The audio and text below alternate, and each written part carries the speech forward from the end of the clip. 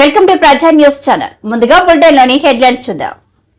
ఇంకా 13 రోజులే మిగిలింది. కేఏ పాల్ రాష్ట్రంలో ఎవరు గెలుస్తారు? దానికి ఇంకా 13 రోజులు మిగిలాయని, ముఖ్యంగా తాను విశాఖ ఎంపీగా గెలవబోతున్నారని ధీమా వ్యక్తం చేశారు. ఈ రోజు కేఏ పాల్ మీడియాతో మాట్లాడుతూ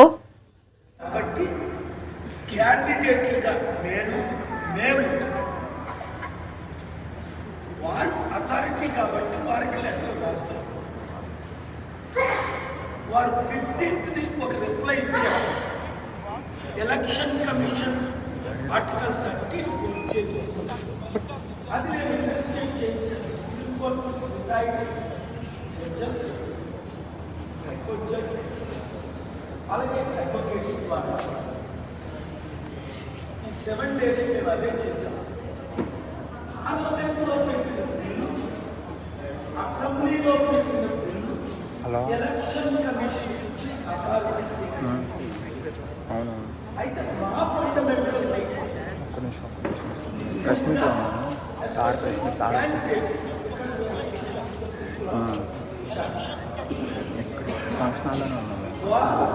ఎలక్షన్ కమిషన్ వారు బిల్ పాస్ చేయడానికి లేదు. పార్లమెంట్ ఏమి ఇచ్చింది వాళ్ళకి అథారిటీస్ ఇచ్చే గైడ్లైన్స్ ఇచ్చి ఆ గైడ్లైన్స్లో ఈ 13 రాలేదు. అది నేను కోట్ చేసి మరి 18 మరో లెటర్ రాశాను. మరలా ఈ రోజు ఇంకొక 3 పేజ్ లెటర్ 12-20 రాయడం జరిగింది. అది ఆర్ఓ గారికి, ఏపీ చీఫ్ ఎలక్షన్ కమిషన్కి, చీఫ్ ఎలక్షన్ ఆఫీసర్కి, ఇండియన్ చీఫ్ ఎలక్షన్ కమిషన్కి పంపిస్తుంది. ఆ తర్వాత జరిగిన విషయాలు మా కోఆర్డినేటర్ తెలియదు. అలాగే మన ఎంపీ క్యాండిడేట్ హారీ గారు, ఇండిపెండెంట్ క్యాండిడేట్, వీరందరూ కూడా వెళ్ళి సూర్యం గారు, నేను పర్సనల్గా జగదీష్ గారు, గణపతి గారు, కృష్ణ గారు, ఇతరులు వీరు కూడా వెళ్ళి ఆందోళన కాలంలో జరిగింది. వారు కూడా లెటర్ రాయడం జరిగింది. ఇక్కడే మేము న్యాయం చేయలేకపోతే పార్లమెంట్లో ఎక్కడ న్యాయం చేస్తాం? ప్రజలకు ఎట్లా న్యాయం చేస్తాం? కనుక మరొకసారి అందులో ఈ 7 రోజులు జరిగిన షాకింగ్ ఫ్యాక్ట్స్ ఉన్నాయి. అన్నీ చెప్పలేదు కానీ టైం లేదు కనుక 2-3 పాయింట్స్ తర్వాత వారు కూడా నెంబర్ 1, ఎస్కాట్లో మా ఏజెంట్, మా బ్రదర్లా, మా బావగారు వెళ్ళి అబ్జర్వ్ చేశాం. అక్కడ ఆఫీసర్స్, పోలింగ్ ఆఫీసర్స్ అయ్యా జరుగుతుంది, మాకు లేదు, రూల్స్ లాగా వచ్చి మమ్మల్ని అటాక్ చేస్తున్నారు, పోలీస్ ప్రొటెక్షన్ లేదు, ఓన్లీ 1 or 2 పోలీస్ ఆఫీసర్స్. ఇవన్నీ రికార్డ్ చేశాం. నేను గాజువాకలో ఉంటుండగా మురళీనగర్ 235లో అన్నీ జరుగుతుందంటే నేను రష్ అయ్యాను. అక్కడ శ్రీకాంత్ అనే పోలీస్ ఆఫీసర్ నన్ను 15 minutes YCP representatives. Prashant Kishor ఓ క్యాష్ పార్టీ అని మంత్రి బొత్స సత్యనారాయణ విమర్శలకు దిగారు. ఆయనతో 1 టైం వ్యవహారం అనుకుని తర్వాత వదిలేసినట్లు చెప్పారు. ప్రశాంత్ కిషోర్ అయినా ఐపాక్ అయినా తాత్కాలికమేనని తెలిపారు. వైసీపీ శాశ్వతమని, ఎన్నికల్లో 175 సీట్లు వస్తాయని ధీమా వ్యక్తం చేశారు. పరిపాలన చూసి ఓటేయాలని, సీఎం జగన్ లాగా ప్రధాని మోడీ కూడా ఓటు అడగలేకపోయారని అన్నారు. ఇటువంటిది ఎవరైనా అడిగారు చెప్పండి? అడుగుతారు. ఇప్పుడు నుంచి వచ్చే ఎన్నికల్లో ఈ ట్రెండ్ వస్తుంది. ఈయన ట్రెండ్ సెట్ చేస్తారు. ఈయన జగన్మోహన్ రెడ్డి అనే వ్యక్తి ఒక యూనిక్ గా ఒక సిస్టమ్ డెవలప్ చేశాడు. రాష్ట్ర రాజకీయాలకి, దేశ రాజకీయాలకే. ఎవరైనా సరే ఒకసారి ముఖ్యమంత్రి చేస్తే, లేదు ఇంతకుముందు ముఖ్యమంత్రి చేసిన వాళ్ళు అయితే, మేము చేసిన పరిపాలన చూసి, నేను ఉన్న పరిపాలన చూసి, లేదు ఆ పరిపాలన తప్పు జరిగింది, నేను నా మనసు మార్చుకున్నాను. నేను చూసా చంద్రబాబు నాయుడు చెప్పాడు, చెప్పి మళ్ళీ చీట్ చేశాడు. ఒకసారి రైట్ లైన్లోకి వచ్చాడు. ఏమని నేను నా తప్పులు నేను తెలుసుకున్నాను, నేను సర్దిద్దుకుంటాను, నాకు ఒక అవసరం ఉంటే ప్రజలు నిర్ణయం నమ్మారు. నమ్మి తిరిగి మళ్ళీ అగైన్ బ్యాక్ టు హోమ్. మళ్ళీ చీటింగ్ అయిపోయింది. రుణమాఫీ, ఈ మాఫీ, ఆ మాఫీ అన్ని మాటలు ఇచ్చి మోసం చేశాడు. దాంతో కెళ్ళిపెట్టిపోయింది. లేకపోతే ఆ మాటని అప్పటికి నెక్స్ట్ గెలిచాడు కదా. నేను మారిపోయానంటే ప్రజలు నమ్మేశారు కదా. కానీ మళ్ళీ చీట్ చేశాడు. చీట్ చేయకుండా మళ్ళీ పోయింది. ఇప్పుడు జగన్మోహన్ రెడ్డి అదే మాట చెప్పాడు. కాబట్టి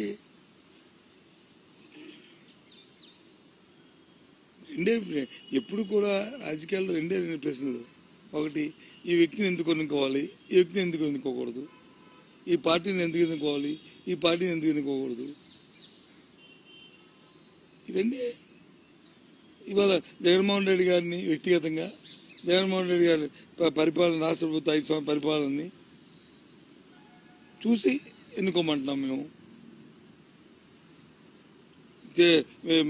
ఈ చేస్తున్న సంక్షేమం కానీ, లేదు చేస్తున్న రిఫార్మ్స్ కానీ, రిఫార్మ్స్ మామూలు రిఫార్మ్స్ కాదు, ఇవి రెవల్యూషనరీ రిఫార్మ్స్. విద్యలోను వైద్యులను అయితే దేశంలో ఎక్కడ చేయట్లేదు ఈ రిఫార్మ్స్. గవర్నమెంట్ అందరూ ఇది సంక్షేమం అని వెల్ఫేర్ కింద వెల్ఫేర్ ఉండడం ఏమైంది? పర్సనల్గా మన పేయింగ్ కెపాసిటీ పెరిగింది. మన దాని నుంచి వచ్చి వారి తాలూకా తలస ఆదాయం పెరిగింది. తద్వారా జీడిపి పెరిగింది. ఇవన్నీ వచ్చాయి. గ్రామాల్లోకి వెళ్తే, నేను గ్రామాల్లో తిరిగాను కదా సార్, అది మీరే రేపు అడగండి. నువ్వు ఉద్యోగం చేసుకున్నాక మీరు మీ అందరూ ఉద్యోగం చేసుకున్నారు కదా, మీ ఊర్లోకి మీరు వెళ్ళి, నీకు మా ఊరికి 30,000, 40,000, 50,000 రూపాయలు జీతాలు కదా మీకు. మీరు వెళ్ళి కిరాణా కొట్టుకో, లేకపోతే కాఫీ షాప్కో, మీ ఊర్లో ఉన్న కాఫీ షాప్, టిఫిన్ కొట్లు అంటాం, టీ కొట్లు అంటాం, వెళ్ళి అప్పు అడగండి, ఇస్తాడు చూస్తాను. అదే ఓ పెన్షన్ వెళ్ళి పెన్షన్ తీసుకుంటే 3,000 రూపాయలు ఆడు ఇల్లు అడగమని ఇస్తాడు. వెంటనే కూర్చోబెట్టి పిలిచి ఇచ్చి ఆడి ఖాతాలు రాస్తాడు. ఎందుకు ఓడతానికి టెన్షన్ వస్తుంది కాబట్టి. అది వాళ్ళ ఊర్లో ఉన్న గౌరవం. వృద్ధుడికి కానీ, వికలాంగుడికి కానీ, మహిళకి కానీ, వితంతువుకి కానీ అందరికీను. ఇందుకు టైం బౌండ్గా వాళ్ళకి వస్తుందనే నమ్మకంతో వాళ్ళ దాంతో వాళ్ళ విలువ ఎంత పెరిగింది గ్రామాల్లో, ఆ కుటుంబంలో కానీ. మరి నువ్వు 50,000 అప్పుడు 10 రూపాయల టిఫిన్ కొట్టుకి ఇవ్వడం మానేస్తావు. అయినా ఆడికి బిలీవ్ చేయడు. ఈ జీతం వస్తాడు ఎవడో, తాలూకా ఆ ఛానల్ ఎండి ఇస్తాడు ఎవడో జీతాలు, వాళ్ళు హెచ్ఓడి ఇస్తాడు ఎవడో, ఎప్పుడు ఇస్తాడు, ఎప్పుడు ఇస్తాడు, ఎప్పుడు వస్తుందో. కానీ ఇది మాత్రం 1వ తారీఖు వచ్చేస్తుంది. నాకు 1వ తారీఖు మధ్యాహ్నం 12 గంటలకల్లా నా డబ్బులు వచ్చేస్తుంది నమ్మకం. అది గ్రేట్ చేశాడు. అది గ్రేట్. ఇంతేకాకుండా తెలుగుదేశం పార్టీ అధినేత చంద్రబాబు నాయుడు విదేశీ పర్యటనపై ఎల్లో మీడియా తప్పుడు రాతలు రాస్తుందని మాజీ మంత్రి నక్కా ఆనందబాబు తీవ్ర స్థాయిలో విమర్శించారు. చంద్రబాబు పర్యటన నుంచి వీరికి ఎందుకు అంత ఆత్రం? భద్రతా కారణాల వల్ల అన్ని విషయాలు బయటకు చెప్పరు కదా. జగన్ రెడ్డి మాదిరిగా చంద్రబాబుపై కోర్టు ఆంక్షలు లేవు కదా అని తీవ్ర స్థాయిలో ధ్వజమెత్తారు. సీఎం జగన్ విదేశాలకు వెళ్లాలంటే కోర్టు పర్మిషన్ తీసుకోవాలని, చంద్రబాబు బయటకు వెళ్లాలంటే ఎక్కడా పర్మిషన్ తీసుకోవాల్సిన అవసరం లేదని గుర్తు చేశారు. ఈరోజు ఇటలీకి వెళ్ళాడని దానికి ఏదో వీళ్ళు అనుమతి తీసుకోలేదన్నట్టుగా రాస్తా ఉన్నారు. అసలు ఈ జగన్మోహన్ రెడ్డి అవినీతి పత్రికలో పదే అబద్ధాలు 100 సార్లు ఈ పేపర్లో రాస్తే ప్రజలు నిజం అనుకుంటారని చెప్పి భ్రమపడతా ఉంటారు. జగన్మోహన్ రెడ్డి చీకటి చేష్టలన్నీ బాబు గారికి అంటగట్టి సాక్షిలో అబద్ధాలు ప్రచారం చేయటానికి వీళ్ళు ఆ రాతలు రాయటం, ఇందులో ఒక ట్రేడ్ తయారు చేసుకున్నారు వీళ్ళు. అసలు నిస్సిగ్గుగా ఉంటాయి వీళ్ళు రాసే రాతలు కానీ సాక్షి ఛానల్లో చూపించే చిత్రాలు కానీ వార్తలు కానీ. ఇవాళ చంద్రబాబు నాయుడు గారు విదేశీ పర్యటన గురించి వీళ్ళు మాట్లాడుతున్నారు. అసలు వీళ్ళకెందుకు? చంద్రబాబు నాయుడు గారు అమెరికా వెళ్ళాడా, ఇటలీ వెళ్ళాడా, యూరప్ కంట్రీస్కి వెళ్ళాడా? మీకు అవసరమా? ఎన్హెచ్సి సెక్యూరిటీలో ఉండే వ్యక్తి, ఆయనకి సెక్యూరిటీ రీజన్స్ కారణంగా అన్ని విషయాలు కూడా బయటికి చెప్పరు. మీకు చెప్పాలా? మీరు ఒక పనికిమాలిన బ్యాచ్, ఒక మాఫియా బ్యాచ్, మీకే మేము వివరాలు చెప్పాలా ఎక్కడికి వెళ్తుంది? పోనీ చంద్రబాబు నాయుడు గారు కోర్టు ఏమైనా ఆంక్షలు ఉన్నాయా నీకున్నట్టు? నువ్వు వెళ్ళాలంటే, విదేశాలకు వెళ్ళాలంటే కోర్టు పర్మిషన్ తీసుకోవాలి. నీకు కేసుల్లో 13 సిబిఐ కేసుల్లో ఛార్జ్ షీట్లు ఎదుర్కొంటున్నావు, 7 ఈడీ కేసుల్లో ఛార్జ్ షీట్లు ఎదుర్కొంటా ఉన్నావు. నీ ఆస్తులు చాలా వరకు ఈడీ జప్తు చేసింది, నీ పాస్పోర్ట్ సీజ్ అయి ఉంది. నువ్వు విదేశ పర్యటనకు వెళ్ళాలంటే, విదేశాలకు వెళ్ళాలంటే కోర్టులో పిటిషన్ వేసి పర్మిషన్ తీసుకొని వెళ్ళాలి. చంద్రబాబు నాయుడు గారికి ఆ అవసరం లేదే. ఆయన పాస్పోర్ట్ సీజ్ అయ్యలేదు, ఆయన మీద ఛార్జ్ షీట్లు ఫైల్ చేయాలని చూసినా కూడా కోర్టు వాటిని నిరాకరించింది. ఛార్జ్ షీట్లు ఫైల్ అవ్వలేదు ఆయన మీద. నువ్వు పెట్టిన పనికిమాలిన కేసులు ఏది కూడా ఛార్జ్ షీట్లు ఫైల్ అవ్వాలా. ఆయన కోర్టు పర్మిషన్ తీసుకోవాలని ఎక్కడ కూడా, ఆయన బెయిల్ మీద బెయిల్ ఆర్డర్లో ఎక్కడ కూడా బయటికి వెళ్ళాలంటే కోర్టు పర్మిషన్ తీసుకోవాలని కూడా లేదు. ఇంక నీకెందుకు?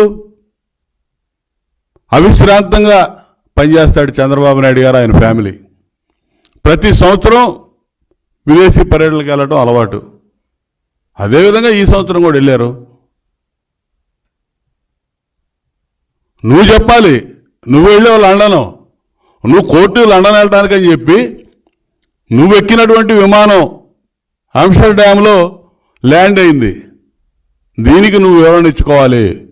నువ్వు నేరస్తుడివి, నువ్వు వివరణ ఇవ్వాలి. నువ్వు చెప్పిన కాడికి వెళ్లాల్సిన అవసరం నీకుంది, లేకపోతే క్రైమ్ అది. చంద్రబాబు నాయుడు గారు చెప్పి వెళ్లాల్సిన అవసరం లేదు. నువ్వు ఎక్కడికి వెళ్తున్నావో కోర్టులో పిటిషన్. చంద్రబాబు ఎన్నికల తర్వాత విదేశాలకి పారిపోయాడు. ఆయన ఎక్కడికి వెళ్లాడనే విషయంపై టీడీపీ ముఖ్య నాయకులతో పాటు ఎల్లో మీడియాకి కూడా స్పష్టత లేదు. చంద్రబాబు విశ్రాంతి కోసం విదేశాలకి వెళ్లాడని ఈనాడు రాస్తే, చికిత్స కోసం వెళ్లాడని ఆంధ్రజ్యోతి రాసింది అని మంత్రి జోగి రమేష్ అన్నారు. విశ్రాంతి కోసం మాత్రం వెళ్ళాడని చెప్పేసేమో ఈనాడు,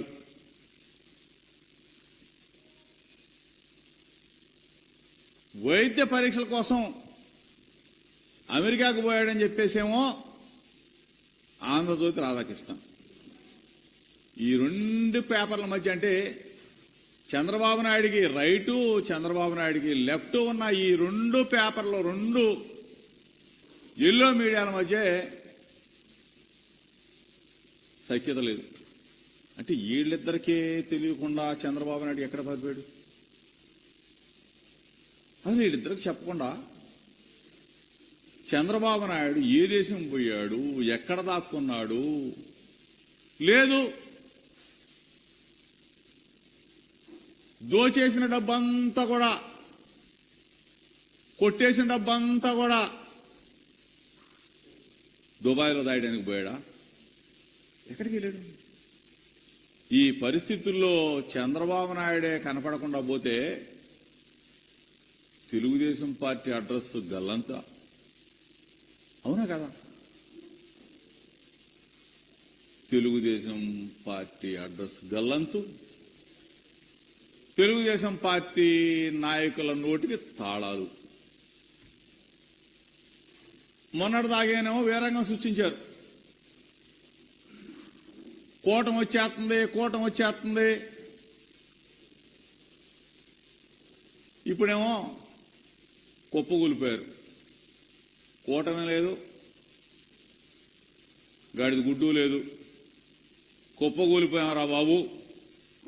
చంద్రబాబు నాయుడే మాకు అసలు అతిగతి లేకుండా మాకు ఎన్ని సీట్లు వస్తున్నాయో చెప్పకుండా పారిపోయాడు, మా పరిస్థితి ఏంటని చెప్పేసి ఒకడికొకడు జుట్టు పీక్కుంటా ఉన్న పరిస్థితి చూసాం. ఏదైనా రాజకీయం చేస్తే, ఏదైనా ఎన్నిక చేస్తే విలువ ఉండాలా, విశ్వసనీయత ఉండాలా. మా లీడర్ ఉన్నాడు, దమ్ముగా ధైర్యంగా పలానా చోటుకి వెళ్తాం, అది మా క్యారెక్టర్.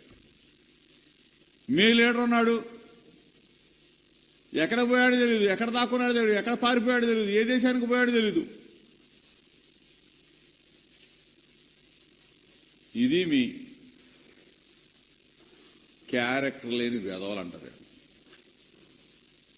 ఇటువంటి పరిస్థితుల్లో చంద్రబాబు నాయుడు విశ్రాంతి కోసం వెళ్ళాడా, వైద్య పరీక్షల కోసం వెళ్ళాడా, దుబాయ్ పోయాడా, ఇటలీ పోయాడా, అమెరికా పోయాడా? కమిషన్లు దండుకుని ఆరోగ్యశ్రీని అనారోగ్యశ్రీగా మార్చిన ఘనత సీఎం జగన్ రెడ్డిదేనని మాజీ మంత్రి దేవినేని ఉమామహేశ్వరరావు ఆరోపించారు. మంగళవారం మీడియా సమావేశం నిర్వహించారు. ఈ సందర్భంగా ఆయన మీడియాతో మాట్లాడుతూ ఆరోగ్యశ్రీలో కూడా జగన్ నాటకాలు ఆడారని విమర్శించారు. ప్రభుత్వం బకాయిలు కట్టకపోవడంతోనే ఆరోగ్యశ్రీ సేవల్ని ప్రైవేట్ ఆసుపత్రులు నిలిపివేశాయని చెప్పారు. నిలిపివేస్తామని నెట్వర్క్ హాస్పిటల్స్ అన్నీ కూడా 1వ నోటీసు, 2వ నోటీసు, 3వ నోటీసు దాకా వచ్చాయి. రేపు నుంచి రాష్ట్రంలో 26 జిల్లాల్లో ఆరోగ్యశ్రీ సేవలు బంద్ అవుతాయని నెట్వర్క్ హాస్పిటల్స్ అన్నీ ప్రకటించినప్పటికి కూడా చీఫ్ సెక్రటరీ జవహర్ రెడ్డికి వైజాగ్ చుట్టూ తిరగటంలో ఉన్న శ్రద్ధ నెట్వర్క్ హాస్పిటల్స్ ఆరోగ్యశ్రీ డబ్బులు విడుదల చేయటంలో చిత్తశుద్ధి కనపట్ల. జగన్ రెడ్డికి పేదవాళ్ళ ఆరోగ్యం మీద ఉన్న కపట ప్రేమ, నాటకం ఇవన్నీ కూడా బట్టబయలవుతూ ఉన్నాయి. ఆగస్టు 2023 నుంచి ఇప్పటిదాకా 1500 కోట్లు పేద మధ్యతరగతి కుటుంబాలు ఏదైతే ఆరోగ్యశ్రీ సేవలు ఉపయోగించుకుంటారో ఆ డబ్బులు కట్టడానికి, బటన్ నొక్కటానికి మీకు తీరిక లేదంటే 15 నెలలుగా మీ బడాయి కబుర్లు ఎవరో చెప్తారని నేను జగన్ రెడ్డిని ప్రశ్నిస్తున్నా ఉన్నాను. 15 నెలల నుంచి ఆరోగ్యశ్రీ హాస్పిటల్స్కి 1500 కోట్లు బకాయిలు పెట్టి పేదల మధ్యతరగతుల ఆరోగ్యం గురించి, వాళ్ళ జబ్బుల గురించి మొన్న మీ ప్రచార కార్యక్రమాల్లో మీరు మాట్లాడిన మాటలో ఇవాళ ఎవరు సమాధానం చెప్తారు? ఈ మంత్రులు, ఎమ్మెల్యేలు కానీ లండన్లో ఉన్న ముఖ్యమంత్రి చెప్తాడా? వైజాగ్ చుట్టూ తిరుగుతూ ఉన్న చీఫ్ సెక్రటరీ జవహర్ రెడ్డి చెప్తాడా? దగ్గర తెలుగుదేశం ప్రభుత్వంలో ఎన్టీఆర్ ఆరోగ్య సేవల కింద అప్పటికప్పుడే 70% ఏదైతే క్లెయిమ్ రాగానే 70% నిధులు విడుదల చేసేవాళ్ళం. దగ్గర 5,330 కోట్లు ఖర్చు పెట్టి తెలుగుదేశం ప్రభుత్వంలో అన్ని కష్టాల్లో సుమారు 12 లక్షల మందికి ఈ సేవలన్నీ కూడా, వైద్య సేవలు, ఈ పేదవాళ్ళ ఆరోగ్యం పట్ల ఈ కట్టాల్సిన డబ్బులన్నీ కూడా హాస్పిటల్స్కి ఆ రోజుల్లో కట్టి ఏ ఇబ్బంది లేకుండా పేదల ఆరోగ్యాన్ని కాపాడారు తెలుగుదేశం ప్రభుత్వంలో నారా చంద్రబాబు నాయుడు గారు. ఇవాళ జగన్మోహన్ రెడ్డి మార్చి నెలలో దగ్గర 13,000 కోట్లు కాంట్రాక్టులకు బటన్ నొక్కాడు. పేదలకు ఇవ్వాల్సిన పెన్షన్ డబ్బులు కూడా ఏప్రిల్లో 3 రోజులు 4 రోజులు డబ్బులు అందకు కూడా ఇబ్బంది పడ్డారు. మే నెలలో కూడా అదే జరిగింది తంతు. అటువంటిది ఇవాళ మే 17న మీరు నొక్కిన 4,000 కోట్ల బటన్ నొక్కుల్లో 2,000 కోట్లు కాంట్రాక్టర్లకు వెళ్ళాయి. అంటే దగ్గర 15,000 కోట్లు మీ అస్మదీయులకి, మీ ఎమ్మెల్యేలు, మంత్రులు, కాంట్రాక్టర్లు, మీ తాలూకా అస్మదీయులకి, కాంట్రాక్టర్లకి, ఏజెన్సీలకు కట్టడానికి 15,000 కోట్లు ఉన్నాయి. పేదల ఆరోగ్యం ఏదైతే పేద మధ్యతరగతి ఆరోగ్యం హాస్పిటల్స్కి కట్టాల్సిన డబ్బులు 1,500 కోట్లకి జగన్మోహన్ రెడ్డి చేతులు రాలా, చీఫ్ సెక్రటరీకి చేతులు రాలా, ప్రభుత్వ సంబంధిత అధికారులకు చేతులు రాలా. దీని పట్ల పేదల ఆరోగ్యం పట్ల మీకేం